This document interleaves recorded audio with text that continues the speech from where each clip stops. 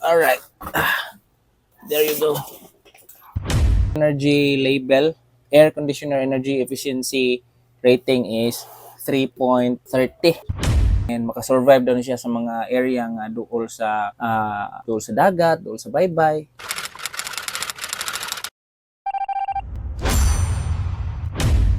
Alright, so what's up guys? Nanasad tayo lang nga i-unbox no. So, nadre sa tubangan nato is window type air conditioner from TCL. I bought it for to be exact 7,998. So nag-promo man sila. So ang original price niya is around 8,000 kapin, 8,000 mga 8,500 ang iyang original price. So this is from TCL. So based sa iyang specs is I'm not sure if siya ba ang pinaka-ubos o power consumption. Pero siya ang gi-recommend sa mga salesman. Lowest power consumption daw siya sa TCL. So dili siya inverter kay ang inverter is naara daw na siya mga 1 HP pataas. So kani siya is 0.6 horsepower lang ni siya. Good for a small room. So atong room is gamay raman. So kani atong ipili. So before nami gibutang sa mga room nga 0.7, 3/4 horsepower.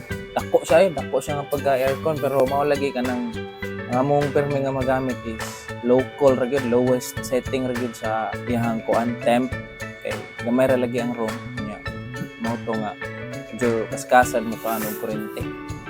So atong suwayan ning TCL 0.6 horsepower and then 1 year labor and parts warranty and then 5 years warranty sa compressor.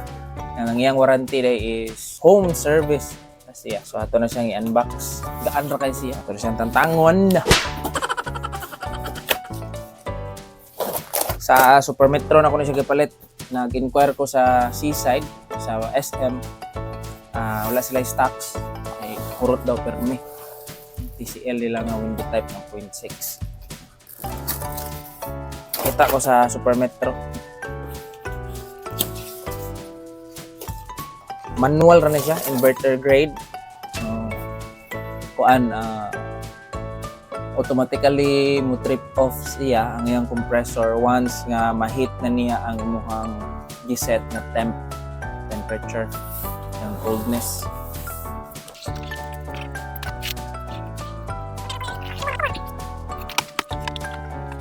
Na siya ay mga foams no, protector niya. Yung wire is ang katong button sa siya nga type sa kanang night ground.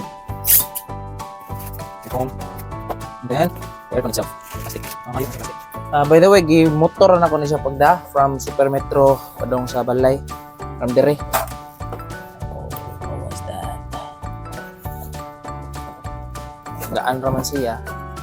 Mamotor gyud siya. Ngayon, medyo lisod.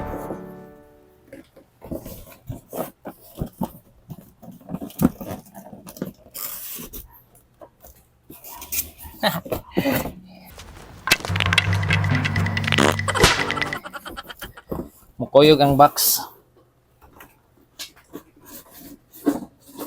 Alright. There you go. Okay. Alright, sumano siya, no? So, ang iyang specs, atong basahan ng iyang specs. Model is TAC 06CWMF. Capacity is 5,697 kJ per hour. Kilowatt joules per hour na siya. Hindi ko sure ha. Sige, tag-absent. Sige, muna. Current 2.3 amperes. Rated current 3.6 amperes. Power input 513 watts. Rated power input 760 watts. 18 kilograms. R32 ang iyang freon nga gamit. Ingon sila tipid daw ning R32. So muna siya no, ang iyang energy label air conditioner energy efficiency rating is 3.30. Mo na siya ang yang knob, naka-off, nay fan, high fan, low cool, and max cool or highest cool niya. And ang yang dial sa yang temperature is up to 7. Ang yang maximum cool 7. Na nakabutang dire sa iyang monthly energy consumption estimated rin 110.81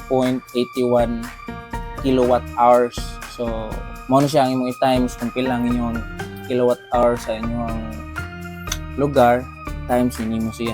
Yang cooling capacity is 1.58 converted if i-convert siya sa kuan daw sa square meters, nga 10 to 12 square meters ang yang kaya nga pabugnawon nga room. Alright, so mao ni siya. So ako ipakita niya ninyo once ma-install na siya sa kuan sa wall. So nami existing sa unang buslot sa room, ipuli lang ni siya nako. Yan ako nagtantangon mga plastic.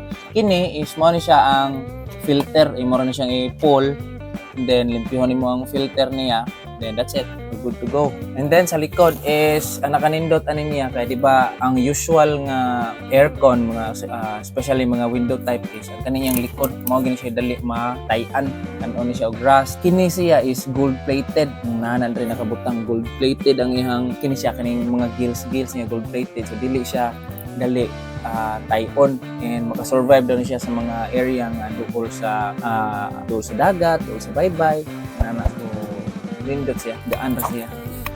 So ipakita na ko ninyo ha, inigtao dani sa kuan sa wall, and then akong ipadungog ninyo ang iyang noise kung saba ba siya o di. Alright, so mao ni among room no, kamera jud pa ang room. Mao siya ang bed. Ang bed is queen size, igo ang queen size from head to foot, and then ang kanang nalang siya maggamay dire nga space, dire nga around 1 meter siguro yung pultahan na dayon.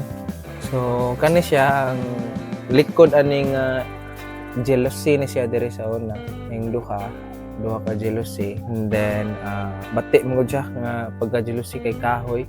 So ako na lang gibutang na ko ang kaning aircon, palit ra ko sa DIY og kuan katong mga metal nga bracket, and then akong gipapitlan og kuan kining leatherette, murag kanang sa lingkuranan sa motor bitaw para nindot kasi sa ito na marog to be.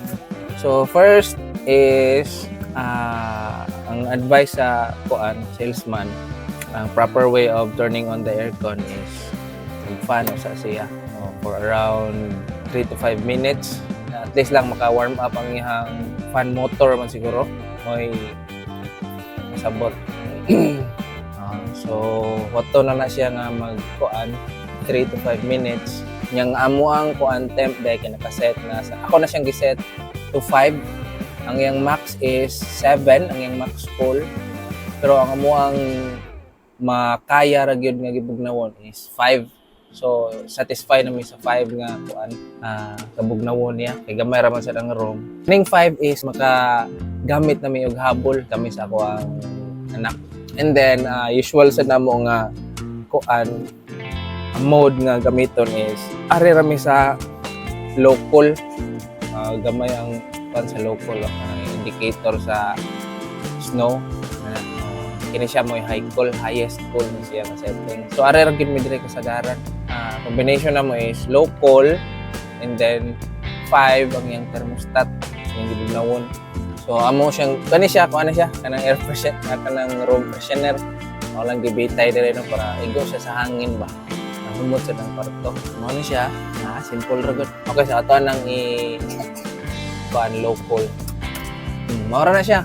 Ang changes sa tingog bali wala gyud changes ka nga major nimo nga ma-feel bitaw sa tingog. Mura ra siya kanang naka-fan ra gihapon. Di gyud siya ingon nga pareha bitaw sa uban nga aircon nga saba nga murag mo vibrate ang wall. Kanya kiniha ang wall namo is kahoy ni siya, kahoy niya. Dili ni siya kuan concrete.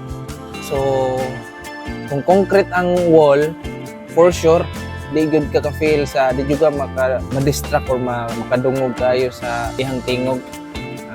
Sa fan siguro, dili siguro kayo madungog. Para na siya, tingog. Bugnaw na siya.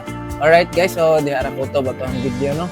So thank you so much for watching, and if you are new to our channel, so please hit that subscribe button and notification bell para maka-upload pa tayo mga unboxing na videos. So, thank you so much guys. See you next time.